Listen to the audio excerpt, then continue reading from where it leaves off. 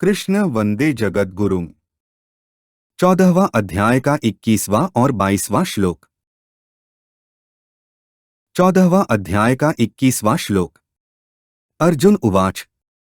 कैर्लिंग स्त्रीन गुणाने तांती तो भवति प्रभो। किमाचारः कथं चैतांस्त्रीन गुणांति वर्तते। ऊपर कहे गए श्लोकों का अर्थ है। अर्जुन बोले, हे प्रभो, इन तीनों गुणों से अतीत हुआ मनुष्य किन लक्षणों से युक्त होता है, उसके आचरण कैसे होते हैं और इन तीनों गुणों का अतिक्रमण कैसे किया जा सकता है। कैर्लिंग स्त्रीन गुणाने तांती तो भवती प्रभो का अर्थ है, हे प्रभो, मैं यह जानना चाहता हूँ कि जो गुणों का अतिक्रमण कर चुका है, ऐसे मनुष्य के क्या लक्षण होते हैं। तात्पर्य है कि संसारी मनुष्य की अपेक्षा गुणातीत मनुष्य में ऐसी कौन सी विलक्षणता आ जाती है जिससे साधारण व्यक्ति समझ ले कि यह गुणातीत पुरुष है। किमाचारः का अर्थ है उस गुणातीत मनुष्य के आचरण कैसे होते हैं, अर्थात साधारण आदमी की जैसी दिनचर्या और रात्रिचर्या होती है, गुणातीत मनुष्य की वैसी ही दिनचर्या रात्रिचर्या होती है या उससे विलक्षण होती है। साधारण आदमी के जैसे आचरण होते हैं, जैसा खानपान, रहन सहन, सोना जागना होता है, गुणातीत मनुष्य के आचरण, खानपान आदि भी वैसे ही होते हैं या कुछ विलक्षण होते हैं। कथं चैतांस्त्रीन गुणांति वर्तते का अर्थ है इन तीनों गुणों का अतिक्रमण करने का क्या उपाय है, अर्थात कौन सा साधन करने से मनुष्य गुणातीत हो सकता है। 14वां अध्याय का 22वां श्लोक। श्री भगवान उवाच। प्रकाशं च प्रवृत्तिं च मोहमेव च पांडव। न द्वेष्टि संप्रवृत्तानि न निवृत्तानि कांक्षति। ऊपर कहे गए श्लोकों का अर्थ है।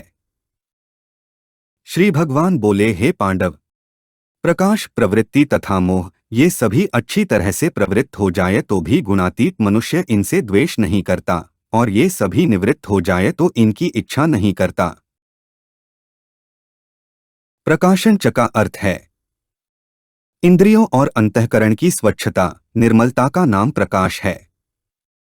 तात्पर्य है कि जिससे इंद्रियों के द्वारा शब्दादि पांचों विषयों का स्पष्टतया ज्ञान होता है, मन से मनन होता है और बुद्धि से निर्णय होता है, उसका नाम प्रकाश है। भगवान ने पहले सत्वगुण की दो वृत्तियां बताई थीं, प्रकाश और ज्ञान।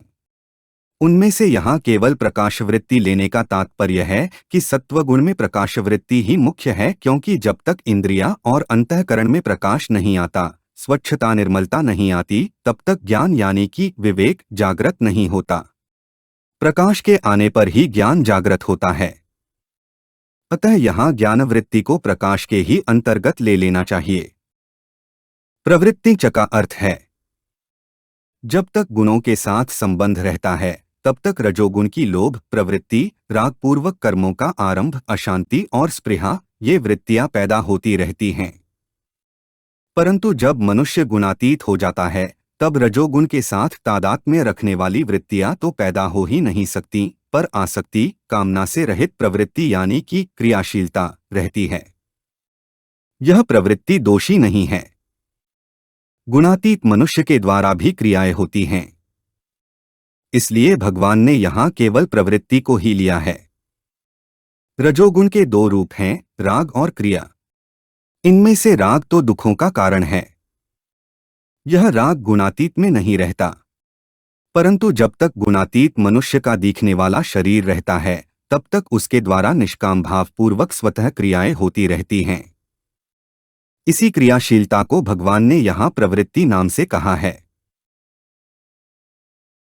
मोहमेव च पांडव का अर्थ है मोह दो प्रकार का है, एक नित्य अनित्य, सतसत, कर्तव्य कर्तव्य का विवेक न होना, और दो व्यवहार में भूल होना।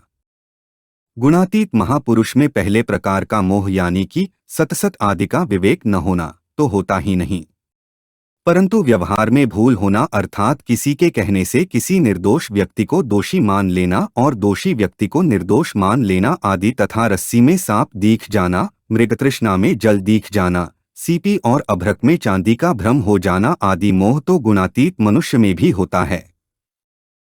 न द्वेष्टि संप्रवृत्तानि न निवृत्तानि कांक्षति का अर्थ है सत्वगुण का कार्य प्रकाश, रजोगुण का कार्य प्रवृत्ति और तमोगुण का कार्य मोह। इन तीनों के अच्छी तरह प्रवृत्त होने पर भी गुणातीत महापुरुष इनसे द्वेष नहीं करता और इनके निवृत्त होने पर भी इनकी इच्छा नहीं करता। तात्पर्य है कि ऐसी वृत्तियां क्यों उत्पन्न हो रही हैं, इनमें से कोई सी भी वृत्ति न रहे, ऐसा द्वेष नहीं करता, और ये वृत्तियां पुनः आ जाए, ये वृत्तियां बनी रहें, ऐसा राग नहीं करता।